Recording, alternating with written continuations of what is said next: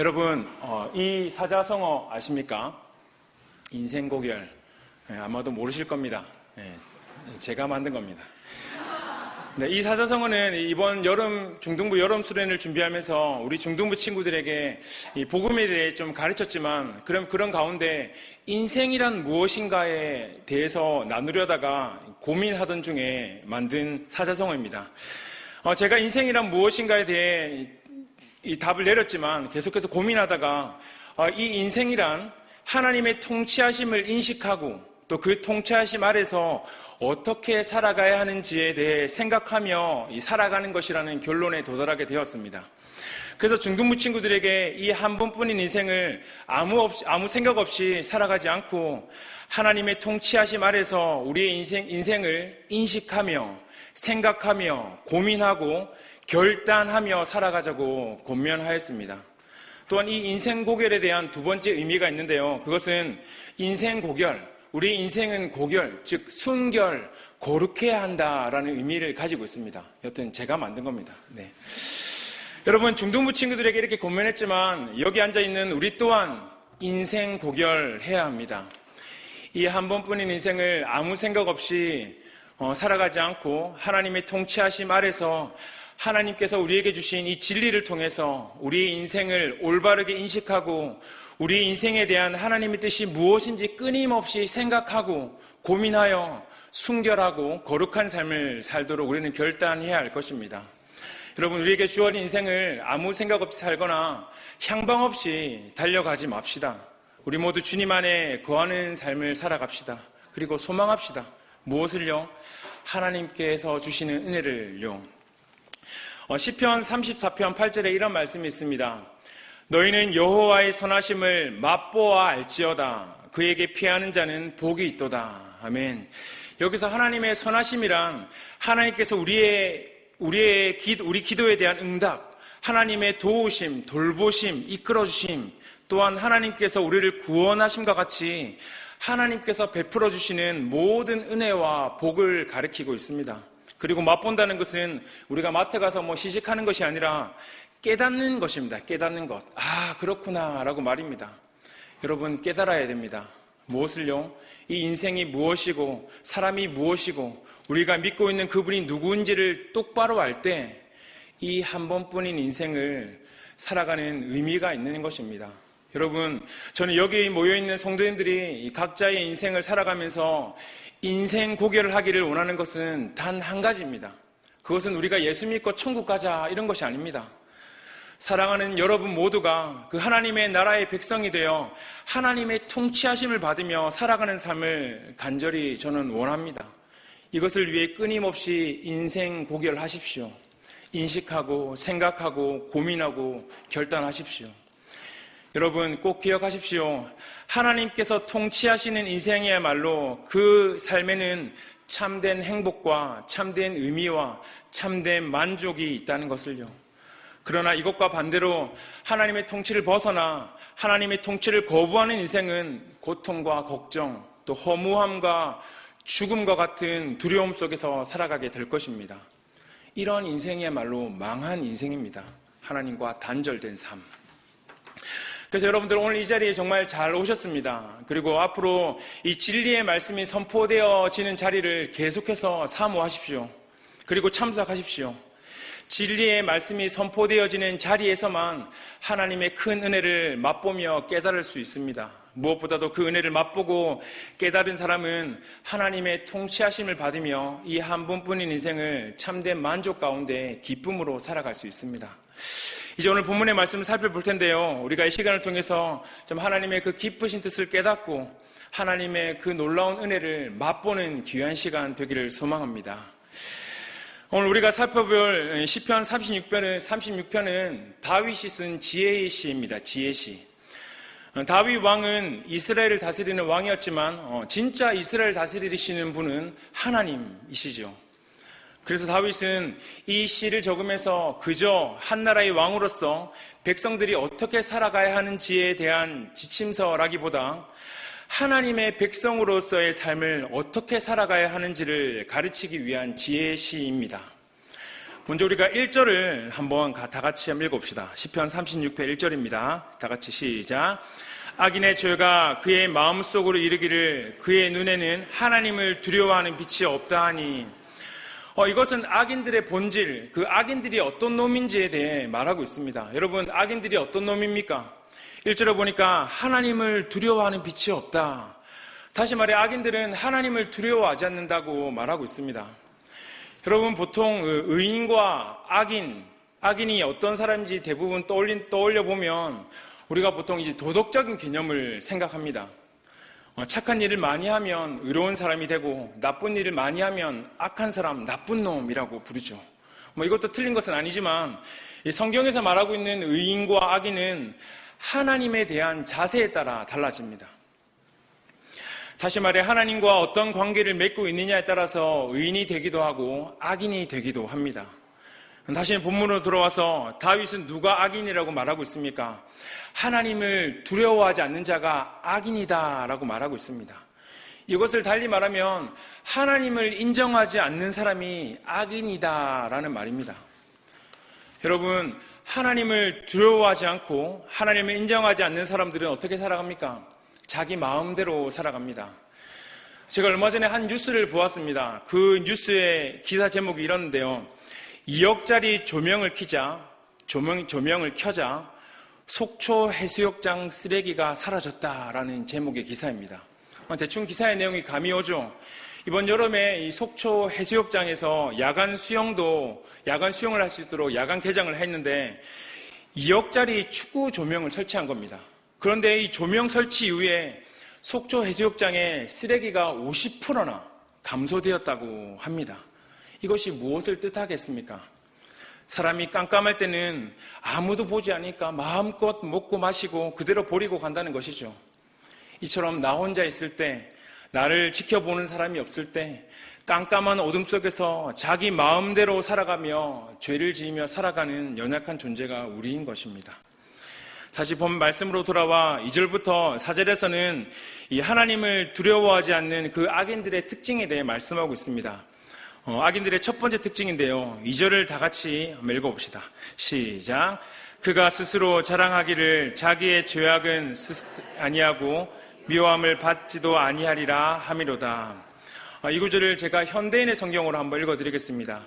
그들은 자만하여 자기들의 죄가 드러나지 않을 것이며 그 죄의 대가도 받지 않을 것이라고 스스로 생각한다라고 말입니다. 하나님을 두려워하지 않는 그 악인의 첫 번째 특징은 바로 교만입니다. 2절에 보니까 스스로 자랑한다라고 말하죠. 이것은 스스로 높여 교만하게 되는 것을 말합니다. 이렇게 자기를 높여 교만하게 된 대표적인 존재가 바로 사단 마귀죠.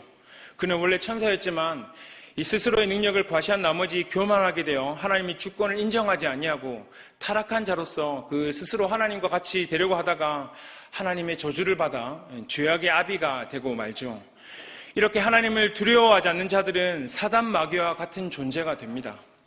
그들은 하나님을 인정하지 않기에 악을 행하면서도 자신들의 죄악이 드러나지 않을 것이라고 믿고 있습니다. 또한 그 죄의 대가도 받지 않을 것이라고 생각합니다. 이러한 생각은 어리석은 생각입니다. 성경을 보면 사람들이 죄를 지었다고 해서 하나님이 즉각적으로 심판하지 않는 모습을 우리는 볼 수 있습니다. 하지만 반드시 심판의 날이 있음을 우리는 꼭 기억해야 합니다. 그 심판의 날에는 그 누구도 핑계를 대지 못할 것입니다. 사랑하는 여러분, 죄를 멀리 하십시오. 그리고 하나님께서 우리의 인생과 우리의 삶을 다스리신다는 것을 인정하고 우리의 높아진 마음, 그 교만과 자만심을 내려놓읍시다. 하나님을 두려워하지 않는 그 악인들의 첫 번째 특징은 교만이었다면 이 두 번째는 3절에서 나와 있습니다. 3절을 다 같이 한번 읽어봅시다. 시작. 그의 입에서 나오는 말은 죄악과 속임이라. 그는 지혜와 선행을 그쳤도다. 이 구절도 제가 현대인의 성경으로 한번 읽어드리겠습니다. 그들이 말하는 것이 다 악하고 거짓되니 그들은 지혜롭고 선한 일을 이미 저버렸다.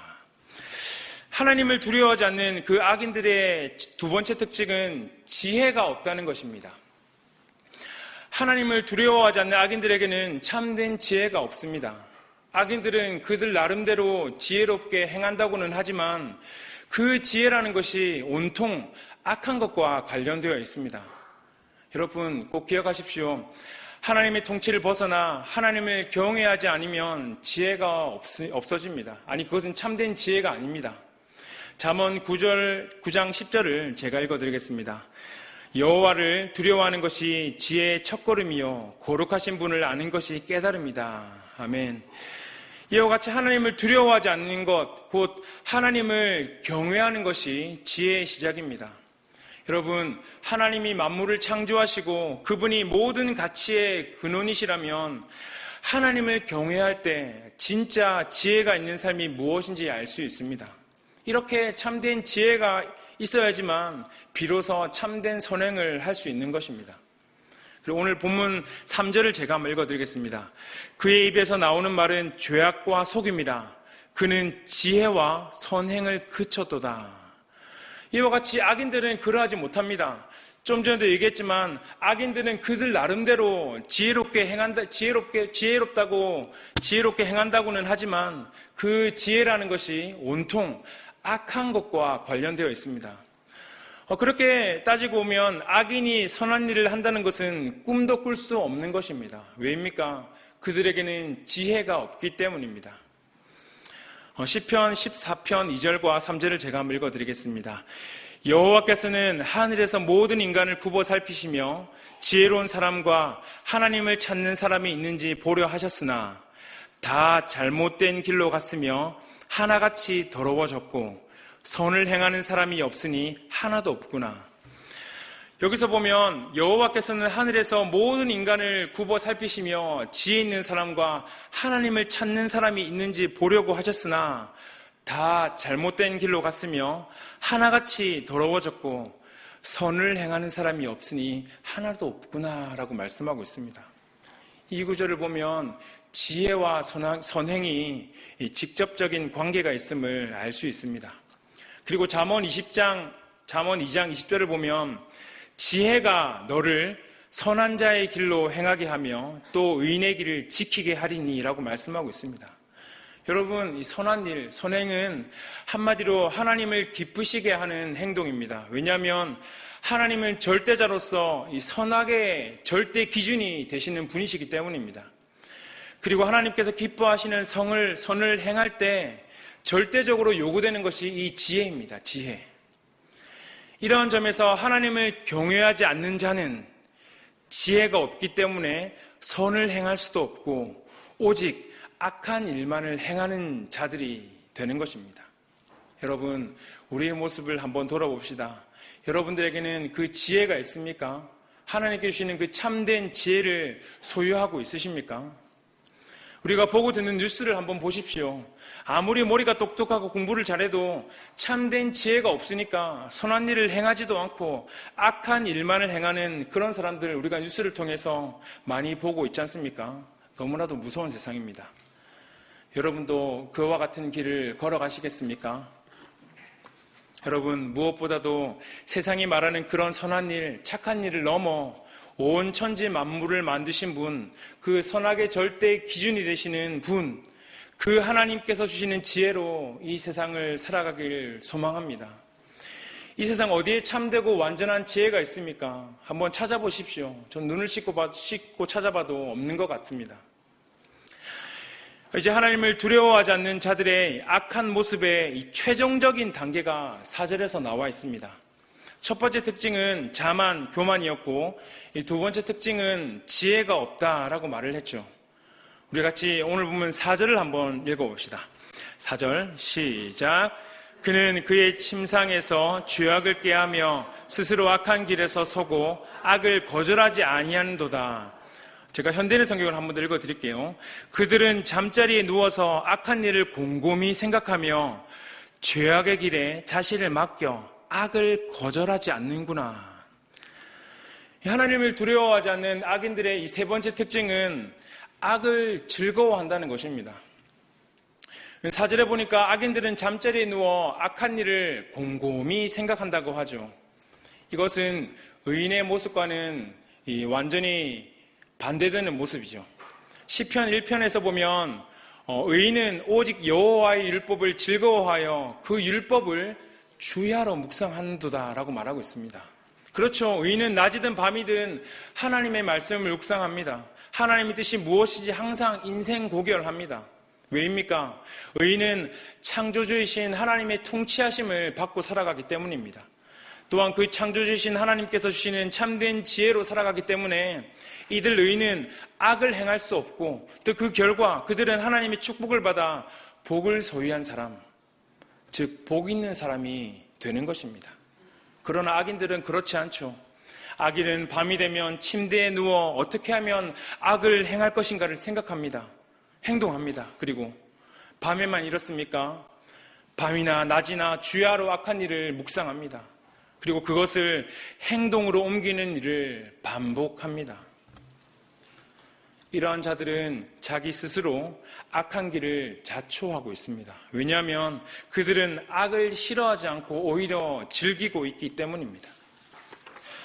여러분 한번 생각해 보십시오. 보통 하나님을 믿는 사람이 믿지 않는 사람이라도 처음부터는 악을 즐기진 않습니다. 악을 처음 행하게 되면 그것이 너무나도 달콤해서 너무나도 좋아서 이 중독성이 있어서 반복적으로 악을 행하다가 보면 그것을 도무지 끊을 수 없는 지경에까지 이르게 되죠. 결국 자신이 생각하는 그 올바른 가치관들이 다 무너져 거짓과 제약으로 마음이 완전히 굳어져 버린 삶을 살아가게 됩니다. 이러한 삶이 악의 최종적인 삶의 모습입니다. 이렇게 죄악으로 마음이 굳어져 버린 사람은 결국 어떻게 됩니까? 망하게 되는 것입니다. 오늘 살펴보고 있는 이 36편 이 마지막 절인 12절에서 이렇게 말하고 있습니다. 악인들이 넘어지는 것을 보소서 그들이 엎드려져 다시 일어날 수 없습니다 라고 말하고 있습니다. 여러분 몸이 건강한 사람이 한번 넘어지면 다시 쉽게 일어날 수 있지만 이 건강이 나빠져 몸이 굳은 사람은 한번 넘어지면 쉽게 일어날 수가 없습니다. 이와 같이 죄악으로 말미암아 마음이 굳어져 넘어진 사람은 다시 일어날 수 없습니다. 소망이 없습니다. 이와 같은 상태에 있는 자들은 여기에 없을 줄 압니다. 하지만 하나님을 두려워하지 않는 악인들의 그 결말, 그 끝은 죄악 가운데 망하게 되는 것입니다. 하나님과의 단절된 상태죠. 하나님의 통치를 거부하고 벗어난 상태죠. 이런 인생은 고통과 걱정, 허무함과 죽음과 같은 두려움 속에 살아간다고 제가 처음에 얘기했죠. 이렇게 다윗은 이제 하나님을 두려워하지 않는 악인들의 세 가지 특징들을 말하고 이어서 5절부터 7절에서는 그 하나님의 성품, 하나님이 어떤 분이신지를 말씀하고 있습니다. 여기서 이 다윗이 하나님이 어떤 분인지를 말하고 있는 것은 이 하나님의 존재를 인정하지도 않고 두려워하지 않는 악인들에게 하나님은 분명 살아계시다. 하나님은 우리의 삶에 지금도 신실하게 역사하신다라는 것을 알려주기 위해서입니다. 5절과 6절을 한번 천천히 다 같이 한번 읽어보도록 하겠습니다. 시작. 여호와여 주의 인자하심이 하늘에 있고 주의 진실하심이 공중에 사무쳤으며 주의 의는 하나님의 산들과 같고 주의 심판은 큰 바다와 같나이다. 여호와여 주는 사람과 짐승을 구하여 주시나이다. 아멘. 이것을 요약하면 이렇습니다. 하나님은 인자하시고 진실하시고 의로우시고 흔들리지 않는 산과 같고 공평하시고 우리를 돌봐주신다라고 말씀하고 있습니다. 그리고 7절에 이어 이렇게 말씀합니다. 7절 다 같이 읽어봅시다. 시작. 하나님이여 주의 인자하심이 어찌 그리 보배로우신지요. 사람들이 주의 날개 그늘 아래 피하나이다. 아멘. 이 구절이 무엇을 말하고 있는 것일까요? 그것은 하나님의 보호하시는 은혜는 하나님의 백성들이 어느 때이든 신뢰하고 소망할 만한 변함이 없는 피난처임을 말해주고 있는 것입니다. 이렇게 하나님이 어떤 분인지 명확하게 알려주면서 다음으로는 피난처이신 그 하나님의 보호하심을 받는 자들, 즉 하나님의 백성들이 된 자들, 하나님의 통치하심 아래 거하는 자들이 받을 복에 대해 말씀하고 있습니다. 오늘 우리가 살펴볼 본문의 가장 하이라이트인데 이 8절과 9절을 우리가 한번 읽어보도록 하겠습니다. 시작. 그들이 주의 집에 있는 살찐 것으로 풍족할 것이라. 주께서 주의 복락의 강물을 마시게 하시리이다. 진실로 생명이 원천이 주께 있사오니 주의 빛 안에서 우리가 빛을 보리이다. 아멘. 여러분, 우리가 금방 읽은 말씀은 우리의 마음을 벅차게 하는 말씀입니다. 이 마음이 벅차다는 말이 무엇입니까? 제가 영어를 잘 하지 못하지만 좋아는 합니다. 그래서 중등부에서 이제 마음껏 영어를 사용하는데 제가 좋아하는 영어로 마음을 벅차다는 것을 표현해 보도록 하겠습니다. 일단 말하면 딱 와닿을 겁니다. 대충 들어보십시오. 네, 떨리네요. 네. 중등부에서 막 하거든요. My heart is full. 네, 그렇네. 예, you know? 네. My heart is full. 네. 어렵네요. 풀이 어렵네요. 우리 마음에 무언가 full로 가득 찬다는 말이죠. 우리 마음에 무엇이 꽉 찬다는 말입니까? 첫 번째 8절을 보니까 주의 집에 있는 살찐 것으로 우리를 풍족하게 한다라고 말씀하고 있습니다. 주의 집, 천국이죠. 천국. 또 살찐 것은 무엇입니까? 살찐 제가 아니라 가장 좋은 것, 풍성함을 상징합니다. 또한 이어서 주께서 주의 복락의 강물을 마시게 한다. 여기서 복락의 강물이란 그 에덴의 강이라는 뜻으로 에덴 동산을 기름지게 했던 그 네 강을 상징하는 것과 같이 우리의 삶과 영혼을 기름지게 하는 그 하나님의 풍성한 은혜와 너무나도 큰 축복을 말하고 있는 것입니다. 그래서 이 8절의 의미는 이것입니다. 피난처의 신 하나님의 보호하심을 받는 자들, 하나님의 백성이 된 자들, 하나님의 통치하심을 받는 자들은 가장 좋은 것, 최고의 축복으로 하나님께서 우리를 대해 주신다는 것입니다. 이런 약속의 말씀이 우리의 마음을 벅차게 하죠. 여러분, 하나님의 통치함을 받는 인생은 하나님께서 풍성하게 공급해 주시는 은혜로 우리의 영혼의 배고픔과 목마름이 영원토록 없음을 말해주는 동시에 이러한 배고픔과 목마름이 없기에 진정한 만족한 인생을 누리게 될 수 있는 것입니다. 그래서 다윗은 9절에서 진정한 만족을 주시는 하나님을 생명의 원천, 즉 생명의 근원이라고 말하고 있습니다. 또한 진정한 만족을 주시는 하나님은 우리의 유일한 구원자이시다라는 것을 말해주고 있습니다. 그리고 9절을 한번 다 같이 읽어봅시다. 9절 시작.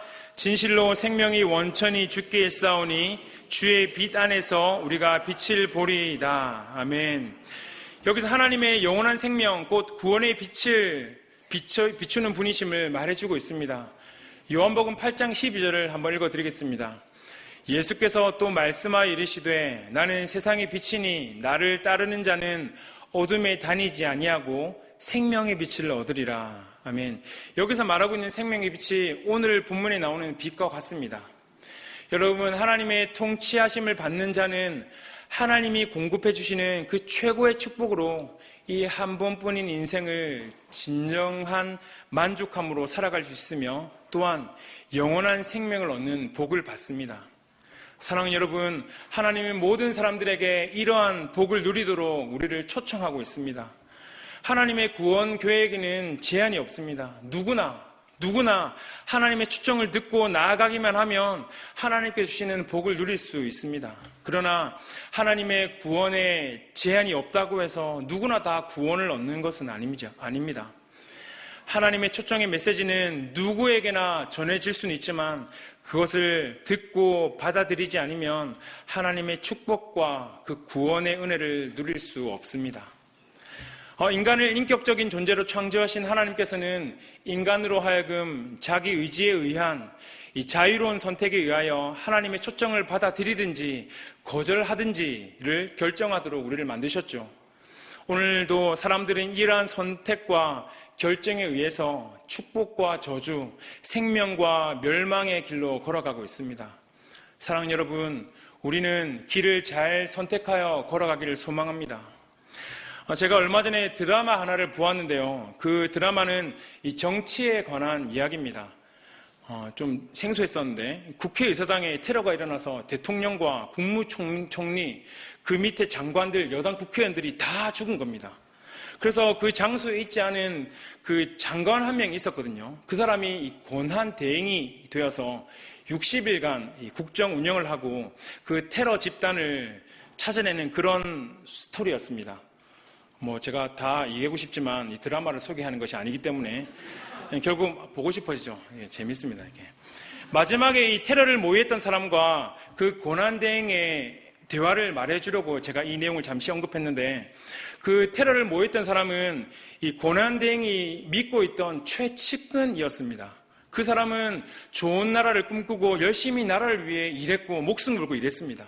근데 안 되는 겁니다. 그러자 그는 소망을 잃어버리고 그 마음에 악이 가득 차서 다 쓸어버리고 이 새로운 정치를 해보자라는 것을 꿈꾸고 테러를 한 것입니다. 결국 잡히게 되죠. 그 드라마 마지막 회에서 그 테러를 모의했던 사람이 고난대행에게 이렇게 얘기합니다. 세상은 변하지 않을 겁니다. 그러자 이 고난대행이 이렇게 얘기합니다. 당신의 말이 맞습니다. 세상이 변하지 않을 수도 있죠. 그래서 저도 변하지 않을 생각입니다. 이렇게 얘기합니다. 여러분, 이 죄악된 세상은 쉽게 변하지 않을 것입니다. 그렇다고 해서 죄악된 세상처럼 변하지 맙시다. 이전에도 지금도 앞으로도 늘 우리와 함께 하시는 그 생명의 근원 되시는 주님의 빛 안에서 축복과 생명의 길을 선택하며 걸어갑시다. 혹여나 그 길을 가다가 변한 나의 모습을 발견한다면 다시 그 주님 앞에 엎드리며 긍휼을 구하면 됩니다. 사랑 여러분, 하나님만이 우리의 앞길을 비춰주시며 그 영원한 나라로 우리를 인도해 주실 분이십니다. 오늘 이 밤 우리 주님께서만 채워주시는 은혜를 소망하며 주의 빛 안에 거하는 삶을 살아갈 수 있도록 겸손하게 주님에게 도움을 구하며 우리의 영혼이 다시 회복하고 위로받고 힘을 얻는 귀한 시간 되기를 간절히 소망합니다.